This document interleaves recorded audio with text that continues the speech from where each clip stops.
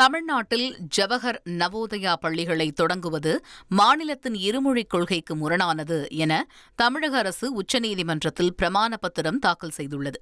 தமிழ்நாட்டில் நவோதயா பள்ளிகளை தொடங்க அனுமதி வழங்க வேண்டும் என குமாரி மகாசபா தாக்கல் செய்த வழக்கில் மாவட்ட வாரியாக மாணவர்கள் படிக்க தற்காலிக இடம் வழங்க சென்னை உயர்நீதிமன்றம் 2017ஆம் ஆண்டு உத்தரவிட்டது.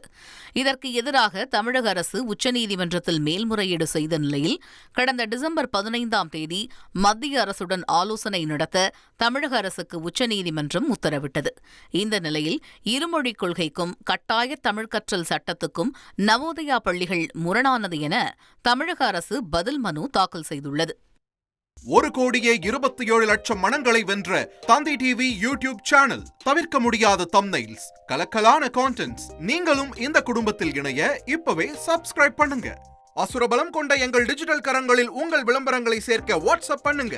893988883778. Email advtthanditv@dttv.in.